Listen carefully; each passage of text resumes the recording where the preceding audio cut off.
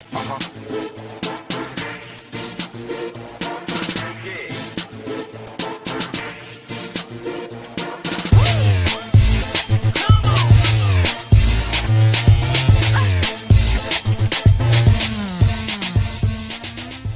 is not Saturday.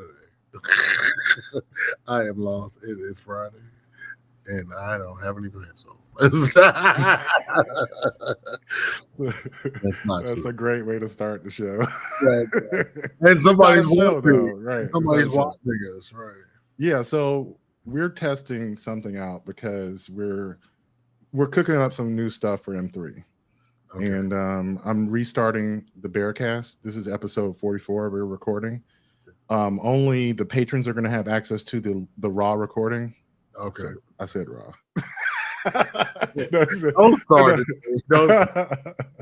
But yeah, if you want to become a patron, you just go to patreon.com/mailmediamind. There's a link for patrons. But one of the main reasons we're doing this right now live is I'm trying to teach Greg how to go to Patreon. I'm dumb. But yeah, I need to isolate that clip of Cream singing the Patreon song. Oh yeah. We're gonna go through that. Yeah, that was from the last hangout or last live. Yeah, that's gonna be my new. Yeah, well, it was like Cream is a total. We're working on his show. So that's something we're doing. So. Cream Diggler of the Soulful Cream podcast is working on a show about entertainment. I'm enjoying working with him. Like he's really talented, and I've been a fan of his for years. I think it's awesome that we're doing something together. So right, and also America's favorite Elderberry is also doing a show, and I am working with him, and it is very interesting because I'm old. and I am realizing a few things through the process, and he's a bit shy, so on the panel, so if you guys know it or not, but on the panel it's a little different, because I talk a lot and we laugh a lot, and Malcolm talks, and because we've been doing this a while, so we know not to have dead air. So because it's a killer. So, but we have other surprises coming for you guys too. But I think it's going to be amazing. I think those are filling in the niches. I too am a fan of both of those guys. You did Cream Show, right? It's actually no. I thought I was like, no, I've never. Oh, wait a minute! Show. Do yourself a favor before you go on our air. You should do his show. Yeah, the funny thing is that I've been so working on this stuff. And that's part of why we're doing this, is that we're gonna get ourselves more independent, so I can do the Bearcast more. So that's what we're gonna be recording in a few minutes. Okay. But also so that I can go on other people's show. I was saying part of the whole idea of Male Media Mind was to get a group of people who have ambitions for their own channel, for their own projects. And look, we did it. We did. I'm just saying, but also to exchange with other creators. So part of my coming on my show has to be going on other people's shows. Like even I haven't been on Everybody else on this panel today does not, but yeah. I do. I hoard myself throughout the internet. I do. That's why it works, because you do the things I can't do. Really, it works. But I don't mind, because and then so the thing I've also learned that now it's not as time consuming as it used to be, because usually it's how Marco says, I've seen something, and usually it starts with the guy's cue. Well, yeah, it's true. I'm very visual, because I'm looking for people for Cream to interview, and the first thing I say, oh, he's got a nice beard. He's kind of. So just heads up. I'm going to give Cream my oh my God, what's the boy name? Gavin. I'm going to give him my Gavin interview because it fits more. I'll sit on that. Yeah. It fits more into that. I would love to see that. In fact, let me edit that. Oh, I want to see it like 20, 30 times. I don't know if you've seen Gavin lately, but he's without facial hair. because Oh. the role, yeah. I can maybe use some AI and put it back on his face. He would love that. He's been without it for months. Shout Oh out yeah. to another show, Gavin Gregory. He's in a Yeah. show that is bound for Broadway. It's in New Orleans right now, and then it's headed to I'm sorry, it is in Chicago right now. But normally I would save the moisture little tidbits for myself. But it fits more into creams. Yeah. Yeah. Well, That's the other thing. Yeah, we can niche our shows. And it's good to know. Like that was the first thing I asked from him was just like what he wanted to do. I recognize like Cream has stage presence, like he can oh yeah. he just emotes and expresses himself without any at least appearance of self criticism, confidence. I think I've quickly gotten rid of that. So if you, I see guys, so if you're just joining us, let me explain again. You are not seeing a regular broadcast of M3. This is more of a training session, and then, to say hello. And we're just we're having like a meta conversation about it. So one of the things I was saying, we're diversifying the shows, we're adding new shows, and those shows will have their own flavor, and obviously Creams is going to be on entertainment and pop culture, and he's just really good at staying in touch. Like he knows the shit before I've even heard of it. Like he's introduced me through his podcast because I listen to his podcast. I've never been on it, but he's introduced me to so many different things through his podcast that then blew up later. You know what I'm saying? Yeah, so because he's really good at that. So, he really is good at that. Yeah. I always joke and call him the Barbara Walters of the ghetto. Yeah, because he's really good at like drawing it out. But also on the other tip, not the same time, but also rolling out is America's favorite elderberry. So we've decided to go the older gay route and tech. So you know what's the latest tech? Because he orders everything tech. He has everything tech. He knows about it. That is a good idea. I think I was going to say anything he talks about is going to be from an older perspective, and what I was going to because of his age. Yeah, and I would say not just his, but all of ours. I recognized that on our show we have never had anyone under the age of 30. On the show, one time, but we ate them alive. It was like one time though. Costner was 29 when he was on. He's 30 now, though. He's not. Because I was about to say he hit me up and he said his schedule's changed. He wants to. Yeah. But like, if he could get someone, I would love to hear his conversation with someone who is maybe a little critical of older gays and someone who would be a foil to his perspective, because I love make that happen. Because I love Swag's sort of nice persona, but what he has is like a nice persona with very good boundaries. So like he's not going to let you walk over him. And I want to see someone who's a foil to him. We're talking about. That's what we're talking about. Because he's very successful at what he does. Yeah. And so I said, how do you walk that definitive line of, I'm nice, but a nicety is what you want to call it. I'm just mean and crotchety. There's no other side to me unless you know me personally. You know what I mean? And he's not afraid to let someone have it. That's all it is. He's like he's not suppressing his anger. He's just like, whoa. We're also going to do with him we're going to do an ongoing segment with him called Around the Internet, because he's really plugged into TikTok and those things. I'm scared of TikTok. I think the Chinese are just. The reason I would be afraid of TikTok is, well, the Chinese, it really doesn't matter what capitalist has control over your eyeballs because they're all evil. It's true. It doesn't matter. Chinese capitalists, I tend to agree. Yeah. So like anyone who has that much control over what you think and see, that is a lot of power. And I agree with you. But I am an addict. So Malcolm, we do have a small audience. So let me see. I do want to put up. Let me go back here. So for the small audience that's watching us, we would like for you to join us on Patreon, become a paid member, I'm sorry, lunch is coming repeating on me.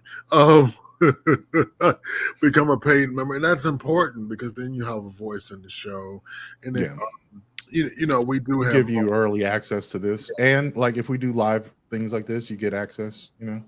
We let our patrons in on what we're doing basically. And And then we have yeah. some wonderful other things coming in the works Yeah. for members. So just kind of you appreciate it. Thank Yeah. So let's get into the recording. We're gonna be talking politics. you. Yeah, and I wanted to hear your thoughts on how we're gonna change politics on our shows. Like what was your idea about, because let's first talk about the feedback that we received about our discussion of politics. um. Okay. So I love politics. Those who don't know me, I do. Um, it is a pseudo passion of mine. At one point in my years, I thought I was going to teach government history. Until I found out how much teachers make. I mean, I had the desire to become a political analyst. Like I had a communications degree, and I was actually, as we first met, I was in the process of moving to DC because I was interested in. But you know what? You're still young enough to do that. I think that, and no, you would definitely, as they are looking for minorities. Yeah, I have a it's friend true. in the I would business. love to actually work at a think tank and analyze like specific, because I think I have a insight into some of these things. I think I have a lot to learn, but what I'm saying is like I have an insight into things like business and Oh, wait a minute. Should we do a midday show? This is getting really interesting. Everybody's like, but that's what I'm saying. I think we're wow. gonna flow like water, man. Like I think that's the whole point, is that I want to do an episode for the Bearcast about politics. And for those who want to be welcomed into our discussion about politics, we can lead them to that show or whatever episodes. Yeah. So, this may sound. I think we should do like a 30-minute, during the day. That I have 30 minutes or so during the day. We, if it's just you and I talking, that's Yeah, absolutely. And that's what I'm saying. I would amazing. then repurpose those for the You podcast. are just such the numbers are going up and up and up and up. That does happen over time. No, it's just and so I wanted to, I don't when we first, and I'm gonna answer your question in a minute, but when we first started doing this, I thought it was just a conversation between me and Malcolm until one day I was in my local neighborhood Target and somebody says to me, "Oh, you're the talented Mr. Drake." I felt exposed, like I had no underwear on. I know, right? It was just like, what? I think the first time I had that happen, I was actually coming to Atlanta for Pride, and it was literally like the guy taking my bags off the bus. He's like, "You're that M3 dude." I was like, I was like a random guy, dude. Yeah. And I was like that. It was flattering, but also a little terrifying. It was terrifying. And then, yeah. Or somebody hits you up from Africa or Spain, Yeah, that's true. We did. And they're like, oh my God, we don't have a gay community here. In fact, it's illegal, and thank you so much, for being men of color, so yeah. But back to our vision for politics. On my show, my reimagining is, I know it. I'm going to catch some shit for this, but I'm going to take a comic turn on the news. I really am. I'm going to give news for Black people. I'm going to break it down to the lowest common denominator and how it affects us. Whatever we're talking, yeah. Okay, so let's say, honestly, the war in Israel, how does it affect you? It affects Black people directly because it's one of those things that's about civil rights, space, and belonging. We share a kinship with the Jews. Yes. And the kinship is our walks are very similar. The Holocaust and slavery were very much attached. And I know there's nothing funny in that, but right. What's funny is it's like how black people don't think when we see ourselves in something, we completely tune out. But nigga, we are on the precipice of World War III. Yeah. So we need to tune in. You know what I mean? And we So will, and we will. Here's the thing, though, and we might have to put this into the podcast. I want to, if we don't go off air, it's fine. I did want to practice going to Patreon, but here's the thing: I would say, we cannot expect people to change because they should. I think there's I get how, for instance, when we had a conversation about how people will say, it's so simple. If so and so did this, or we should go back to that, we should just make Israel not be there anymore, or we should absolutely just remove all the Palestinians and say, oh, that's these simple, simplistic answers that people think are just like, just do that and it'll be done. It's like, dude, if that could have been done, would have been at this point. There's so much history, there's so much information. And then the second thing I think about when it comes to this particular war and previous ones like it is that it's the first time I ever have, it's one of the few times I have serious departures from the liberal side of things, because it seems like it's one of those situations where they feel like they have to exaggerate or strive to get an emotional reaction out of you in order for you to care about the Palestinians' plight. And maybe that is true. I don't know. But for whatever reason, in this particular case, of just like, there's so much death and destruction all around that I don't respect you for doing that. Like I lose respect for people who do sort of the emotional call, because there's so much death and destruction that nobody's not seeing it. I'm trying to avoid it actively, and you're shoving it in my face. I'm like, fuck you. Like, I don't need your bullshit. Like right now, I want to hear about what's happening. I'm not sticking my head in the sand, but I realize like the reports that I respect are the ones that are just explaining, the troop buildup, the blockade on the Egyptian border, talking about the number of people who have been killed, the number of people displaced, the number of missiles that have been used, the timelines. Those things are just facts. And that's the sort of reporting that I listen to at times like this, just because the agenda, for whatever reason, when it's dealing with something so emotional already, pushing more emotion on top of that, maybe it's just because I'm a super sensitive person, I'm angry. Like, fuck you. Like, fuck you for doing that. Like, I don't need to be manipulated like that. I get it. I'm already torn up. Well, side B to that is sometimes you have to jar the people's emotions.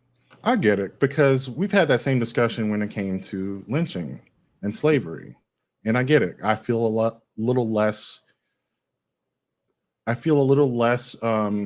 angry about that, because there are so many people who are literally denying the suffering of Black Americans. So I get it. Even then, I think it's distasteful to, like, say, put a man on a tree as your cover photo on Facebook, But that takes us back to Emmett Till and Emmett Till's mother deciding to show his body, don't hide it, And I think I agree. And the reason I feel differently about it is because I see the active rewriting of history. I don't necessarily see that in the Middle East. I've never heard of people denying the plight of the Palestinians. Maybe I'm wrong about that, but I have never. Oh God, yeah. There are tons of people that just pretend like they're okay. Yeah, like I have not seen that. Other Arab countries ignore the hell out of Palestine. I know that's not us. We're not an Arab country. I know, but what I'm saying is that those are their homeboys. You know what I mean? Oh, absolutely, absolutely. But that's it. But that's not who their audience is when they're making these posts. So now, okay, so as of this morning and yesterday, there is in the media, I've noticed that there is a two-sidism. And the two-sidism is like Hamas, um, basically are holding the Palestinians hostage, and they have since 2006. So what's happening to the Palestinians now at the Gaza Strip is too bad. So the Israelis are going in and giving them a heads up. Like, hey nigga, we bought the bomb over here. Y'all better move over here, and go. But even that description is not necessarily true, right? Well, I mean, for all intents and purposes, I don't know. I got I know. Everything is much more nuanced because here's the thing: like we elected Donald Trump. Hamas was actually duly elected government of this. It was, but the thing is, I'm just saying, if I draw that parallel, doesn't mean that every Palestinian supports Hamas, and it doesn't mean that every Palestinian is in favor of attacking Israel. However, you are correct. However that works, this is your duly elected government, and their political stance is the elimination of Israel. So I'm just saying, like, that is not. But they're not duly. They are. No, they're not anymore. No, they haven't had any elections since 2008. They suspended the elections. They are holding those people hostage. No, I mean, what I'm saying is that this is true. That's just because they don't have a functioning government. But if they were to have a functioning government, there's no reason to believe that they would not have a say in the forming of that government if they were not eliminated. Most Palestinians believe, most Palestinians believe that there should be a two-state solution. Most, if you ask most. There are, like in all societies, there are fringes and different opinions. People are not generally monolithic, but the thing that we want to is that the Israelis continue to I don't know, because I don't like Bibi Netanyahu. Yeah. I think because of regular times he's a dick, but I do not. He's dangerous. It's not even beyond. Yeah, he's a little bit too right wing for me, but I cannot ignore the relationship that this country has with the state of Israel. You know what I'm saying? And I think New Jersey and Israel are the same size, so it's not like we are talking about some gigantic country. Well, here's the thing: like, we have a very weird relationship to size, just because the size of the United States is so massive. It really is compared to our population. But like New Jersey, as a size of a state, is not that. Well, it's small, but it's not like unusually small. We're talking about a whole country, so it's not that smaller than the UK. Like if you were comparing, that's tiny. The UK is tiny, but what I'm saying, but we're talking about that's the Jewish homeland. They got Jerusalem over there. So the Gaza Strip is 1/10 of that. Yeah, and they have 2 million people living in, I don't know, DC. Yeah, basically, yeah. It's like a major metropolitan city, but it's like a squalor little open air prison. Basically, that's the way people describe it. I'm glad you said that, because that is exactly what it is. Yeah, they've had a blockade for what, like you said, more than a decade, and like they absolutely control what comes in and out of the territory for the most part, which is truly bizarre that they had that many weapons. And it ain't bizarre, motherfucking but I mean, it's bizarre. Imagine, like we said, it's like an open air prison. Imagine, you going to a state prison and literally all the prisoners come out with fucking missiles and weapons. Like, where the fuck did all this shit come from? I mean, you've been basically controlling everything that comes in and out of this place for a decade. Somebody and they have security guard. I mean, it's, when I say it's bizarre, it is an immense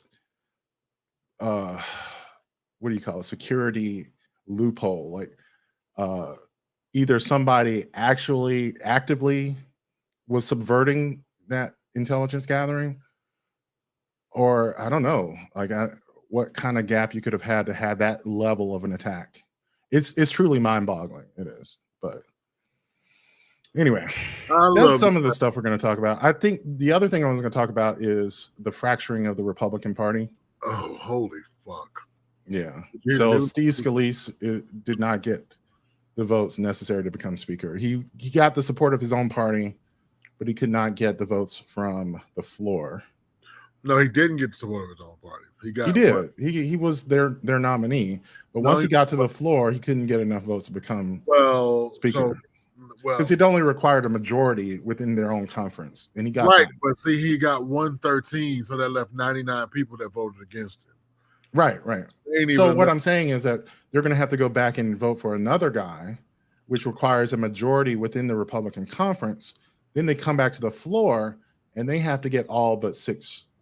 Like they can only lose 6 people. Not gonna happen, and it's not going to happen. And that begs the question: where do we stand as a country if we don't have, considering how much our country is based on a 2-party system, how much, like, and I know we've had more than 2 parties at different times, but obviously not within living memory. There's no one alive who remembers a viable 3rd party. You know, for the people in the chief seats, let me explain this. Why we have to have a Speaker of the House. And so Speaker of the House is 3rd in line for the presidency. So it's a very important job. Yeah. And ceremonially, you cannot do certain things. Like you can't bring bills to the floor. So our government... Yeah, we're about to get pulled into a fucking global war, and we can't appropriate the funds for it.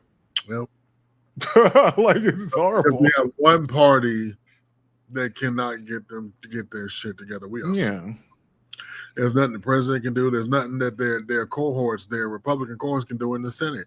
There's nothing. They have to figure it out. And they're not even close. When I saw, and so here's the thing, Steve Scalise personally is fighting cancer. So prayers go out to him. But you know, he looked like he ate shit last night because they looked like they carried his ass through the ringer, because you cannot sit up there and you only have 113 votes. And I say it like this. So how this works is, like Malcolm said, you have to have the plurality of your party's votes. Then they take it to the floor. But in the hours or the days before you go to the floor, it usually takes hours. It is the person's job that is closest to the nomination to whip the rest of the votes. So a day had passed. Yesterday had passed. So we were on day 2. So last night about 9:30 sometime, Steve Scalise couldn't whip enough to get it. I mean, he wasn't even close. He was like 79 votes away from.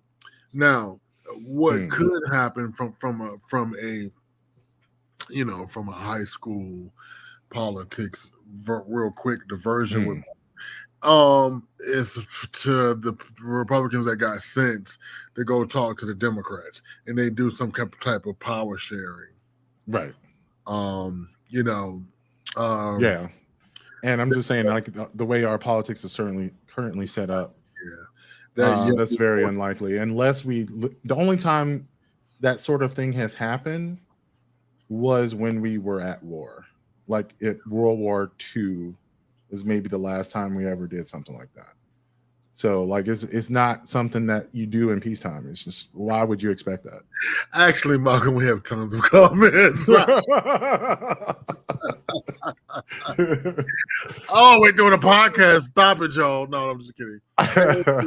Welcome, Nate James. We appreciate it. Again, we're just you know, I think 30 minutes in the daytime once a week might do it. I don't know.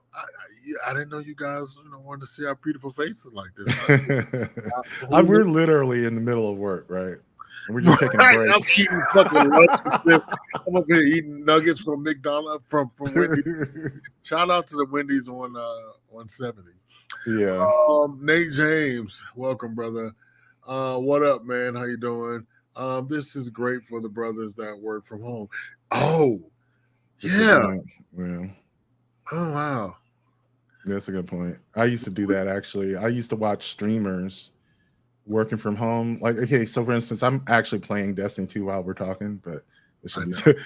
But sometimes when I'm working and I can't play Destiny 2, I'll watch someone else play Right. So, it. I guess this is a lunch and learn, right? Yeah. Yeah, this is true. And Yeah. that's true. That's the other thing. Like feedback is so that's what everybody that we talk to, Swag and Cream, both really love the feedback that they've been getting from you guys. So like because they've been content creators for a while themselves, but like your feedback here has been, special.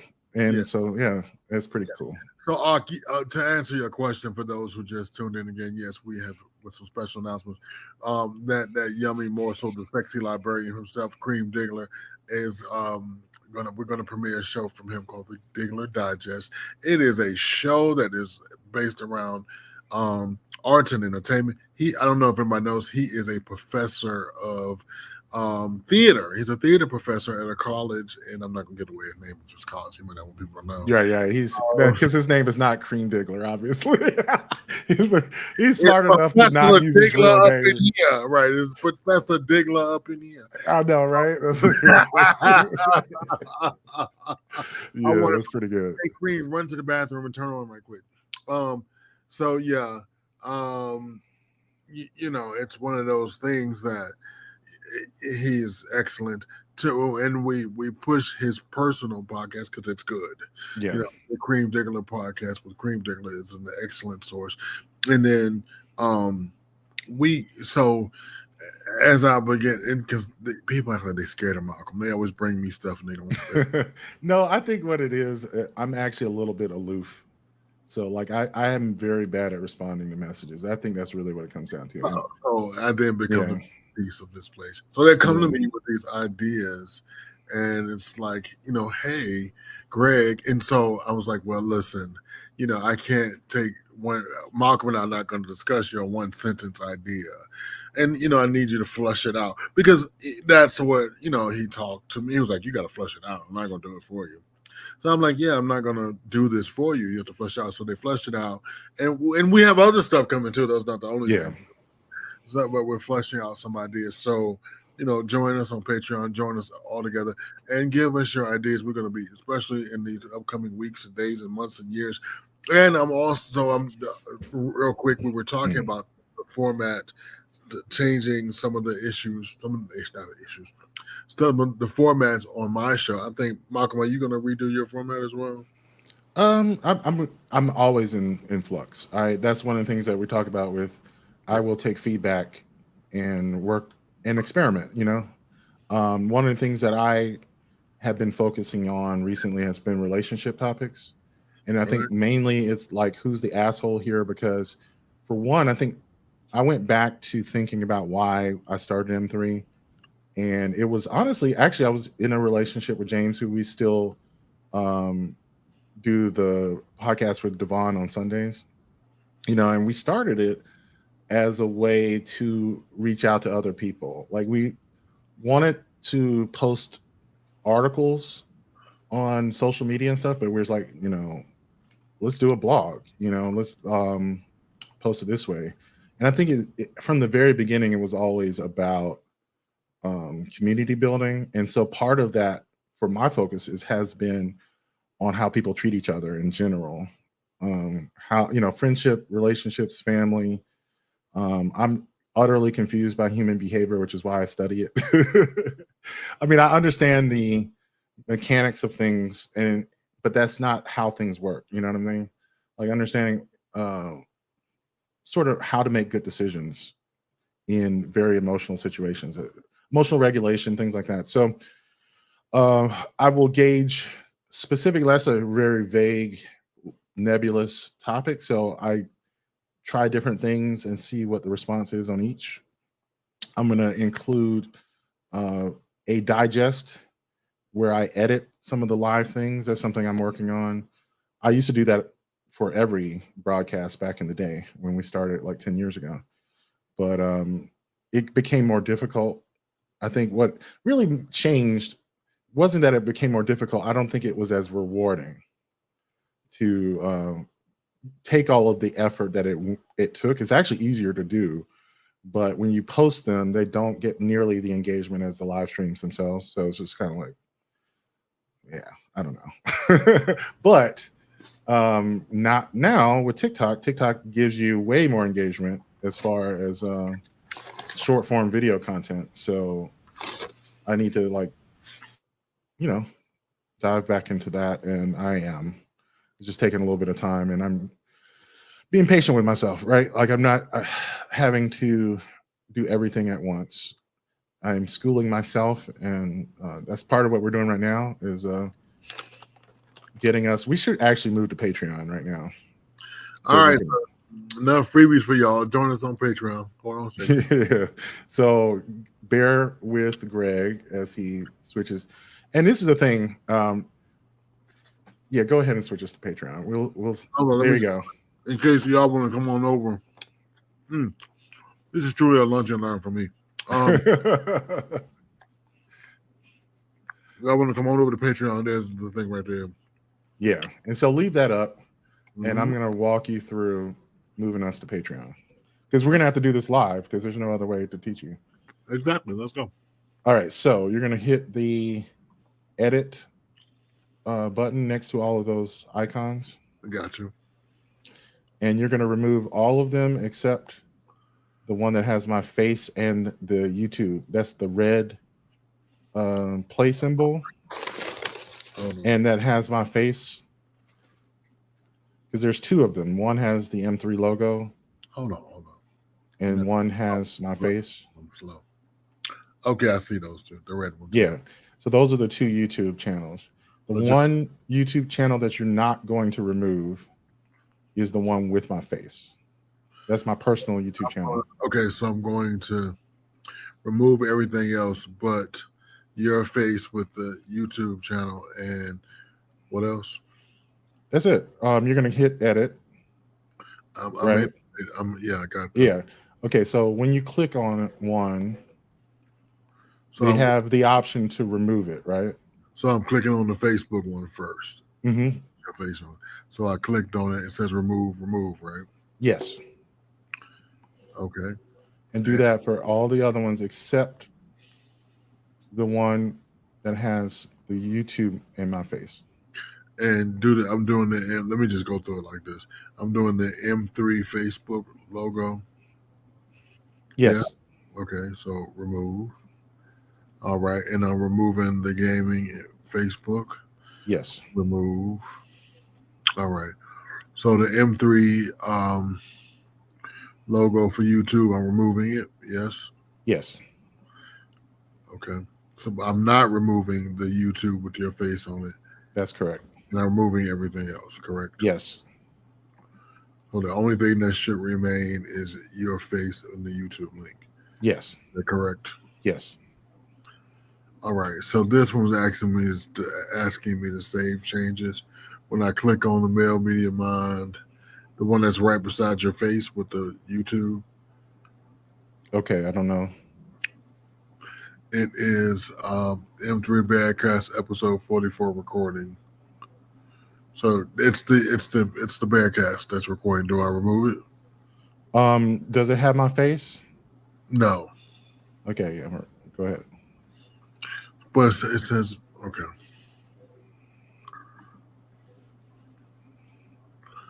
I didn't do something right. Hold on. Well, the last two are Twitter, right? Okay.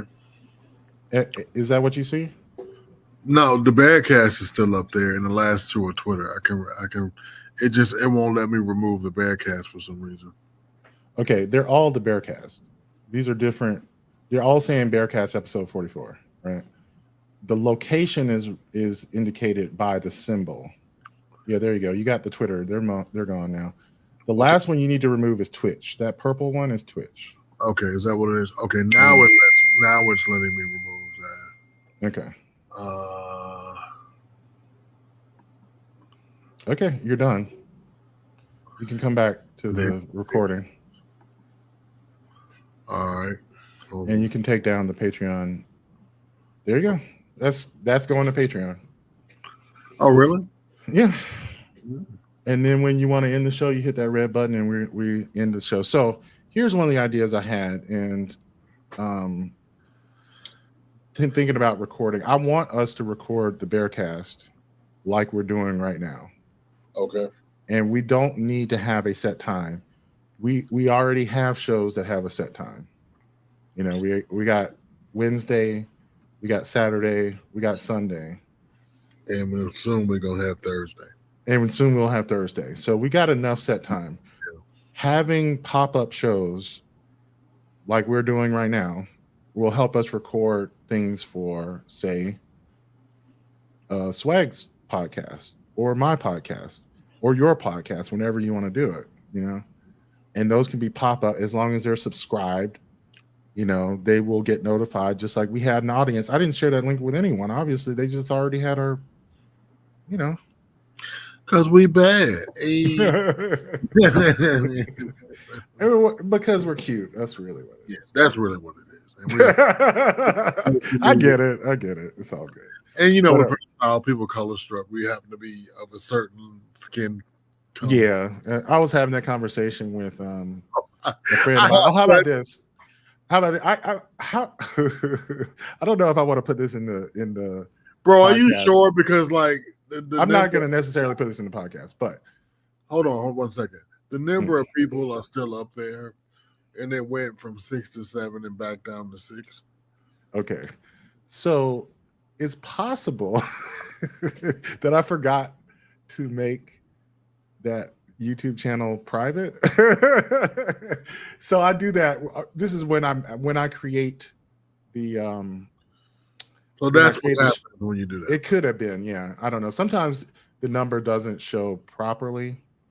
So don't worry about that. But as long as you know that the source is my personal YouTube channel, okay, that is where we put all the patrons. So one of the things I have to do is to make it private so that for my personal YouTube channel, they do not get a notification to join up, and it's not listed on YouTube.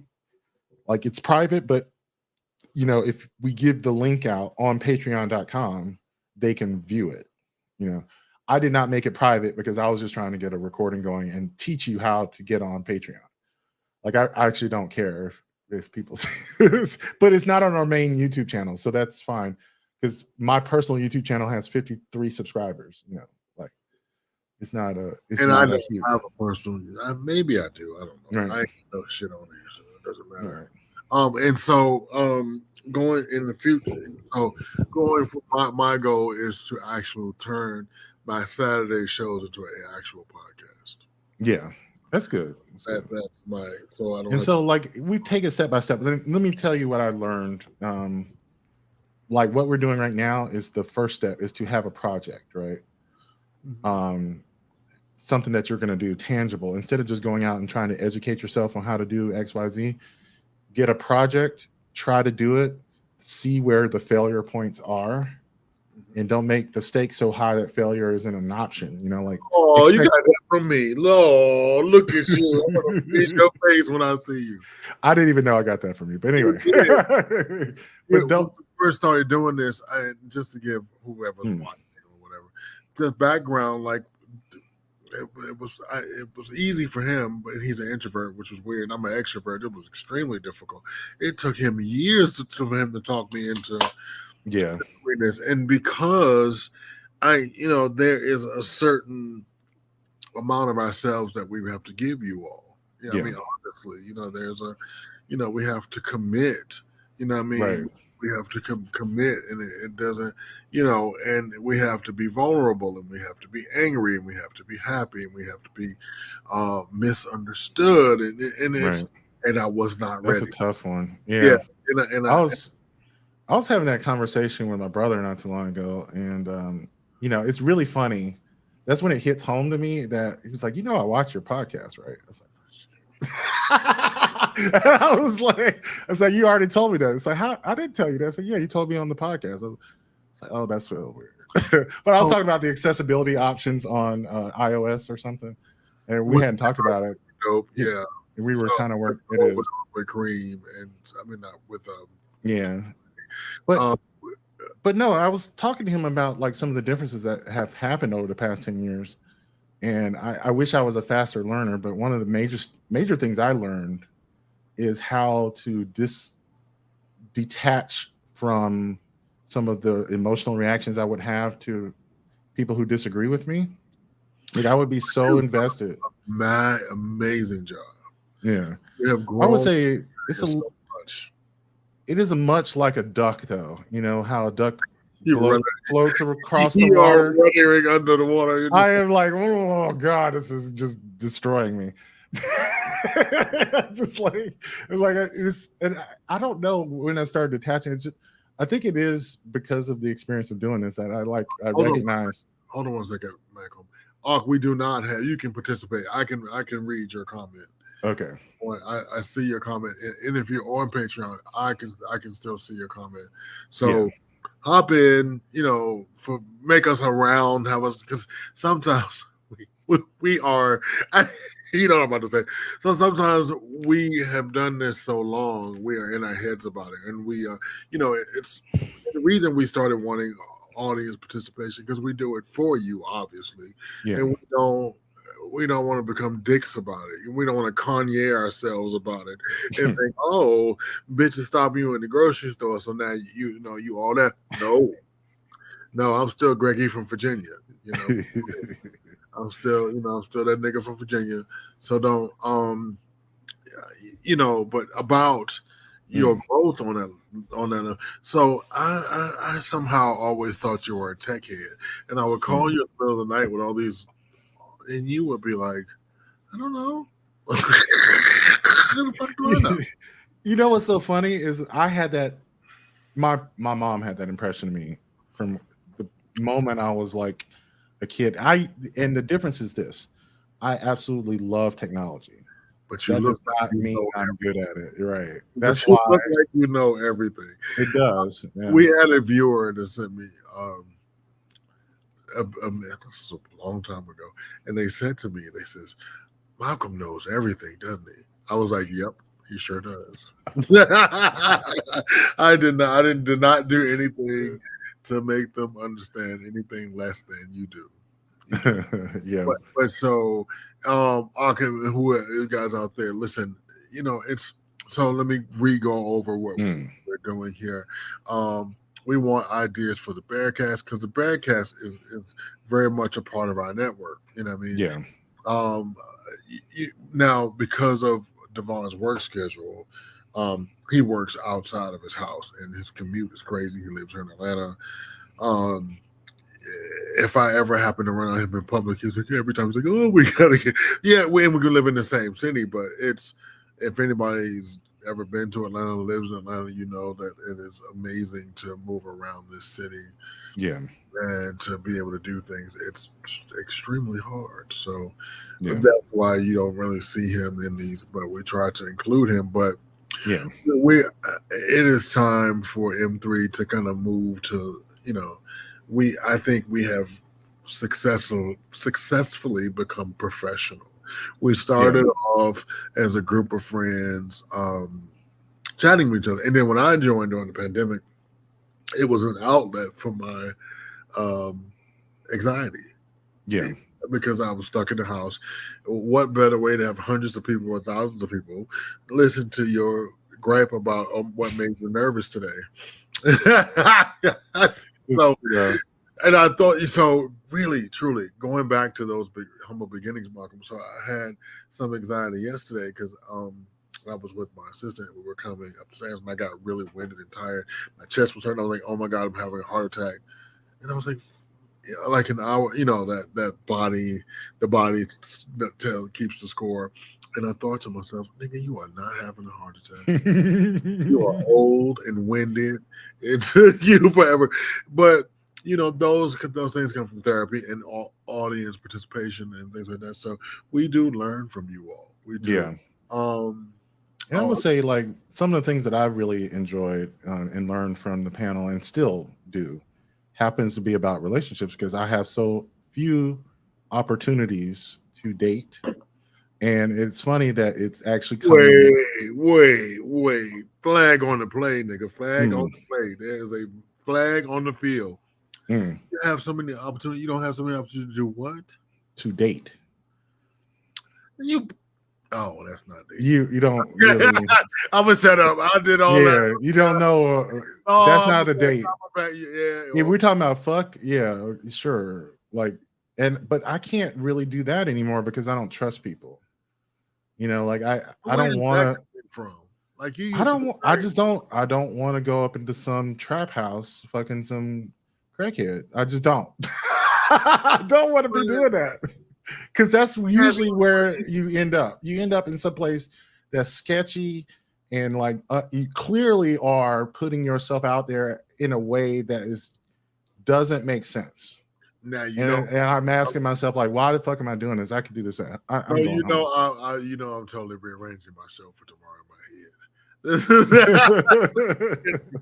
is getting good. This is getting good. But no, I mean, if we are on Patreon, I had started dating someone.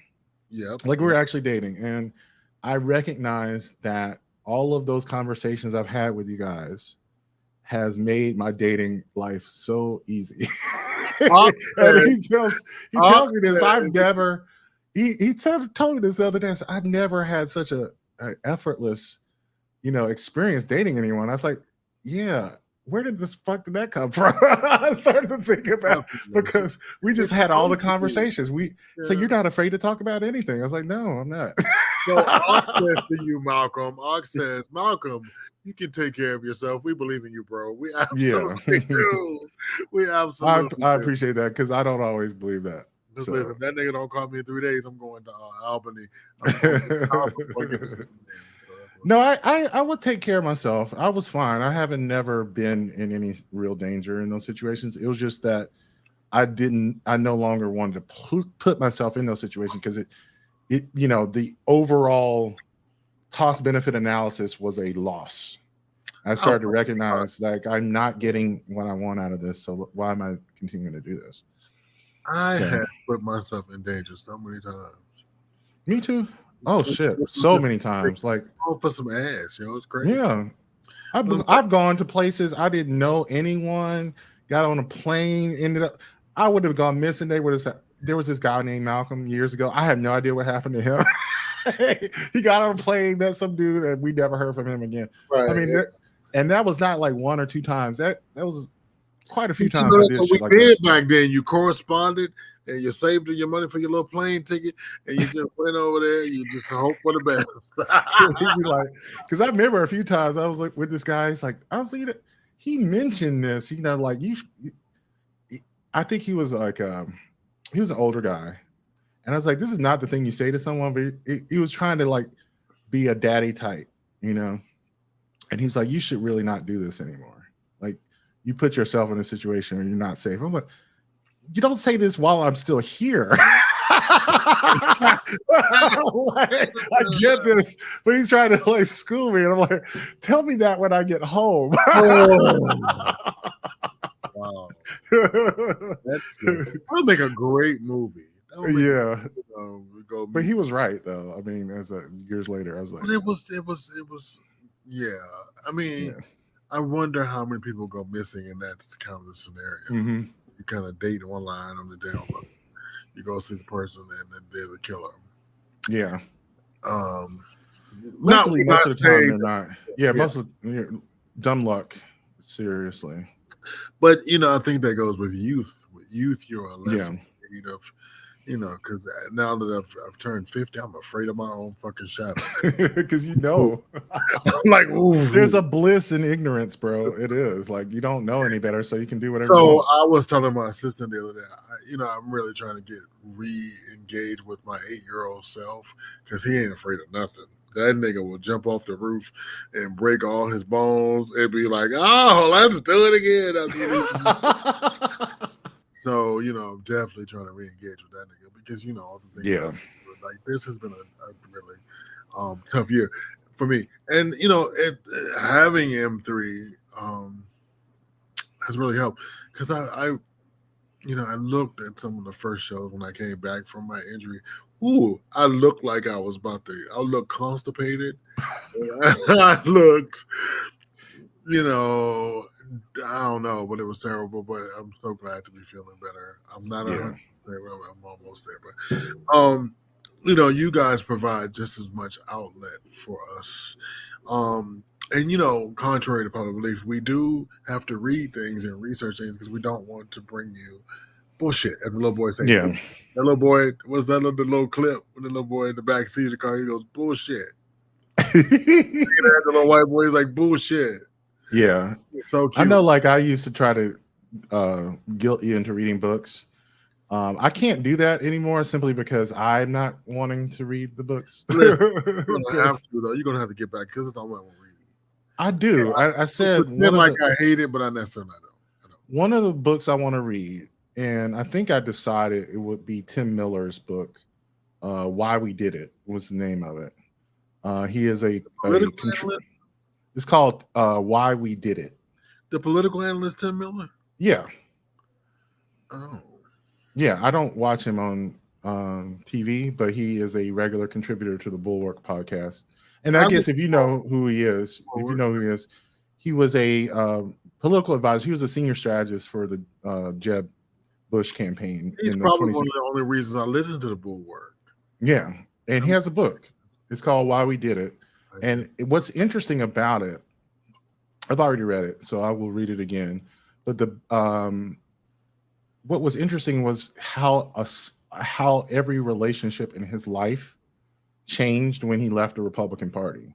And I think Nicole Wallace says the same thing, though. She's like, "Oh, it's yeah." But I think we should talk about that because I think the Republican Party is in a schism right now. There really is going to be a third party, Republican Party, at some point. And what does that mean on a personal level for individuals who are trying to make that separation? And I think just the book itself is good. It's also a realistic depiction of the difference between policy and politics, because he started to realize, as he cared about a lot of conservative policy, that the politics was so toxic that it didn't matter, and I sometimes envy the Republicans' ability to be so ruthless, because that just is not something that liberals do. I wish we were a little more cutthroat. I really do. I wish they cared more about winning rather than actually helping people. I don't know. I just really do. But that's not the world we live in. That's not the world we live in. Do we now think the chickens are coming home to roost? Yes, but that was always the case. They stayed in power. They should have been removed from power 30 years ago. This is the thing that he's getting at, is that Republicans have been clinging on to power since the Reagan administration. Like, there should have been a demographic switch towards liberalism. This is one of the reasons Clinton was hated so much, is because they were afraid of their party literally being destroyed by a Southern Democrat. They knew it was that bad. And so what did they do? They got good at destroying the character and making alternate realities, and they've been good at it, and they stayed in power. So, and the other thing is, so for me, what signaled the beginning of the end was 2008. When this country elected, I'm saying, I'm not joking, when this country elected a black man with an actual black wife and some black kids, that's important. It is. And it is another way that they dug in. What happened? Tea Party, right? You got all the fucking crazies came out because it is so good. It is so good, Michael. When I say it's so good, it's so good that we are watching them implode. It's they are. It's just so. I just wish it would happen faster. Why is it taking so long? Because I want to watch it unfurl before I die. Like, I do want to see how it ends.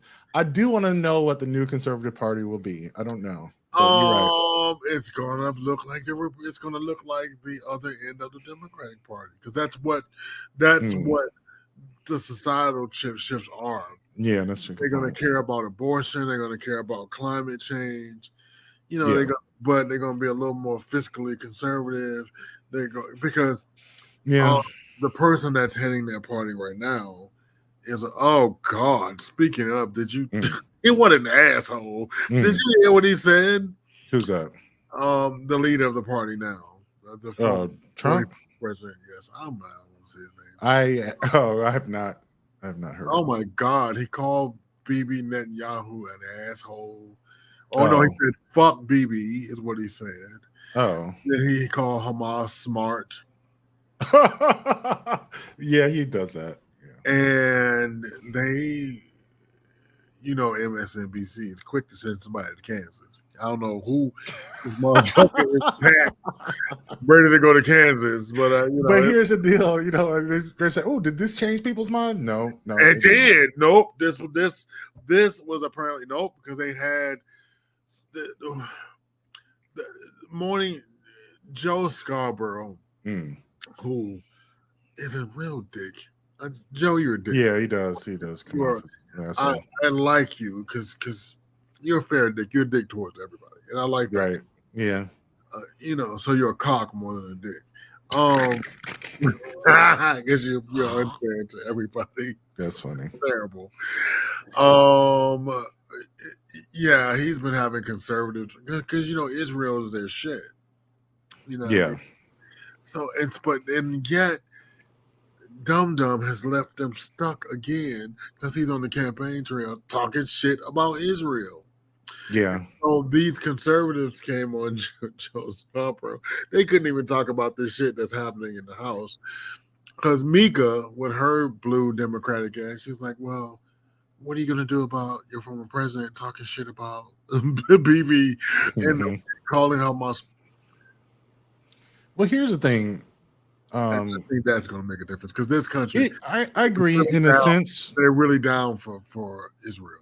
So I agree, and I did not know that information, but here's my initial reaction.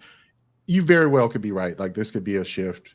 I think Israel and tectonic. It's not going to shift a lot, but all you need is a point or two. Well, here's the thing. This is what I was going to say. He has an ability to retract whatever crazy shit he said once he realizes that the tide is. Oh, I said something wrong. I never said that. That was lies. You never heard me say that. Anyone who mentions that again is a liar. Like whatever. He'll change his tune if it's really going to hurt him, and the Republicans will be motivated to pretend like they believe him. I agree with you. Yeah, but this happened 3 days ago, and it's starting to get legs. And I think if he's stupid and distracted and continues to make those mistakes, it may be hard for them to forget because it's such an emotion. And then well, not to cut you off, but Bibi responded to it. The president has not. Okay. Bibi is like, you guys are going America. You're about to elect a fool, and so as a black man, I did not realize how deep our love ran for Israel.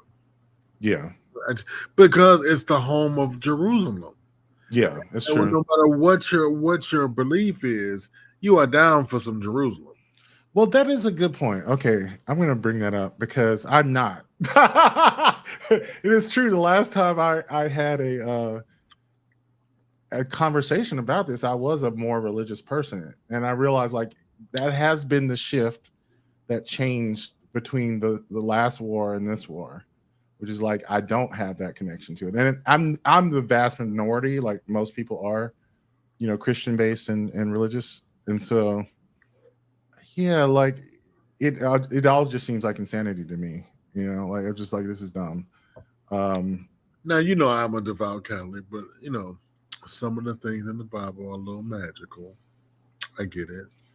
Yeah, but here's the deal about religion in general and in human civilization is that it is part of what made us into civilizations. Like I'm reading *Sapiens*.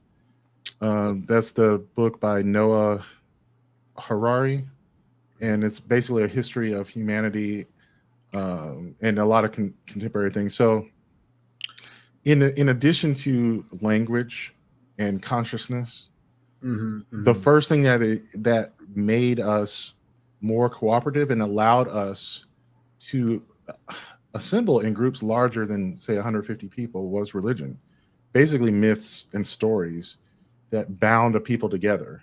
So obviously every religion has a creation story. Why? Because that is the story of how you became, like, even though we adopt the Jewish creation story and make it our own, but that was the Jewish creation story. And oftentimes, like, people, will note, like, when Adam and Eve left the garden, there were other people, because it was never meant to be the creation of other people. It was the creation of the Jewish people. Like, it was, but it eventually we adopted it, right? Because it was just a powerful story. Like, people liked it. And also governments will use those stories to their political ends. And that's something that we also have to recognize, that colonialism and Christianity are not, they're absolutely, simpatico, right? Like, a lot of the original colonialism was the Crusades, right? It was about eliminating infidels, right? And so part of the establishment of Israel, it falls right into that playbook, right? It is a story that bound these people, to this place, centuries prior to when they arrived, but they claim to it. We wouldn't accept that same, say, idea of Persians and say, where did they come from? What was that? The Iberian Peninsula, Spain and Portugal. Like, if they if they were to be like, the Persians were here first. We want to reestablish the Iberian Empire. Like, no one's gonna be like, cool. Like, yeah, just annex part of fucking Israel. But the thing was, not Israel, but Spain. The reason it was even capable of doing it is because at the time, that area of Israel, of Palestine at the time, was a colony of the British Empire, right?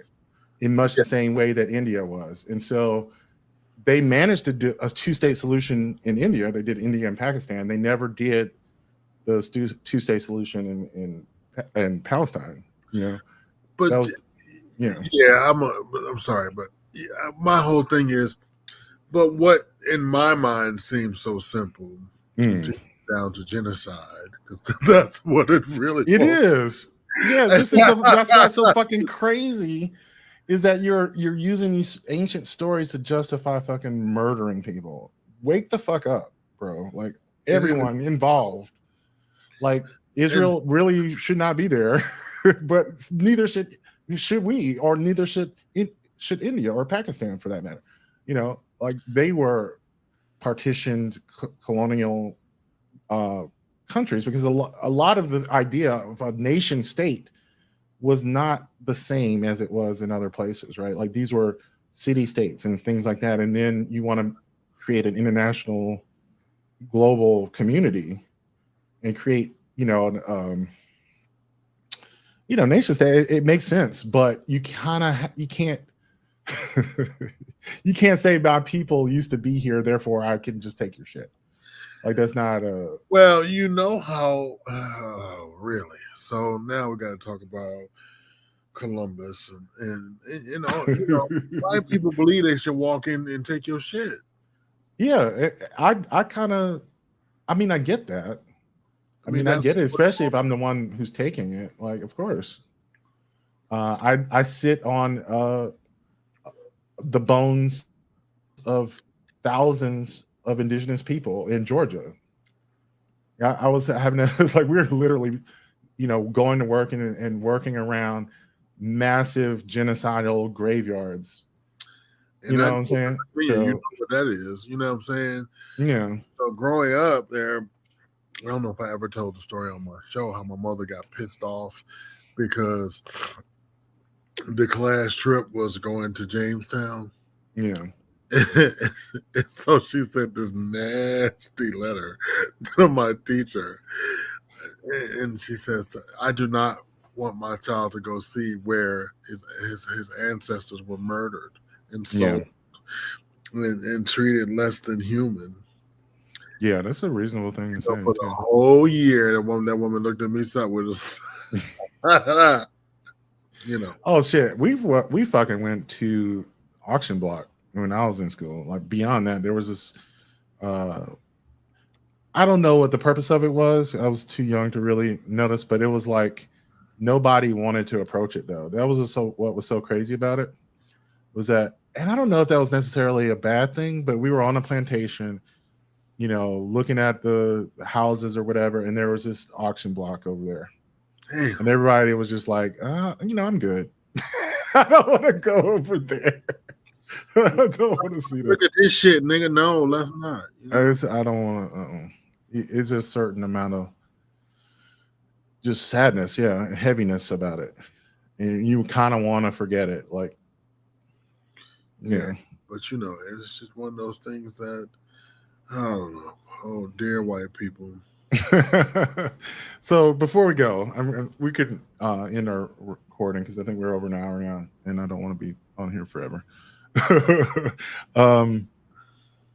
What are some other ideas, maybe, or experiments that you might want to try for the show? I would love a live audience at some point. Yeah. Pre-recorded. Okay. I love to do some pre-recorded shows with a live audience. I have no idea how we can make that happen, but I should put it on the list. It's a good goal. Yeah, I kind of know how to make it happen. Okay. Yeah. So think about, do you watch Let's Make a Deal? No. Okay, so they don't anymore, but they had this thing called the At Homies, where I would have you all on the screen, and then I would have the audience. I would have to rent a studio, of course, and then I would have an audience, and then I would have the guests, and we would have the banter as we were before. But something in the more immediate, I've decided to go to seasons. Okay, yeah. Starting in January, I'll be doing live shows from January to March. Okay. April. Okay. Whatever 3 months is, keep me on the show. Yeah. April, and then I'll go on hiatus for a month or 6 weeks or whatever, and I will come back with live, fresh, new shows for you. In the meantime, we would have enough time to show reruns and clips. Yeah, that's good. Yeah, we would do favorites. We would have contests, things to keep the people engaged. And we would. And now that I know that the middle of the day is popular, or AF, doing a 30-minute luncheon chat or whatever. That's it's fun. Yeah. So that's one of the things I guess in my mind, I would like to record individual segments. So I like that idea of just pop-up videos on specific topics, especially if it's something like breaking news or something. I would see that as something we can do on any channel, any of our contributors. Like, let's say it was a big announcement. I don't want to be like shady to Cream, but let's say Janet announced a new tour or something. Like that's gonna be something he wants to talk about immediately, right? Yeah, he's a Janet head for real, and that would be a great idea, like immediate first impressions of whatever news, and then we could turn those into segments for our digest, like his digest, or for the podcast like we're doing. So I like it. And if you guys are still out there watching, please, if you guys or anybody watching or going to see this in the future, if you have any ideas that you want to make us better, drop it to us. Yeah, that's a good idea. We are more than sexy people. All right, we should go ahead and end the broadcast. Go ahead and do that. Oh, I forgot it was me. Yes, it's you. I'm supposed to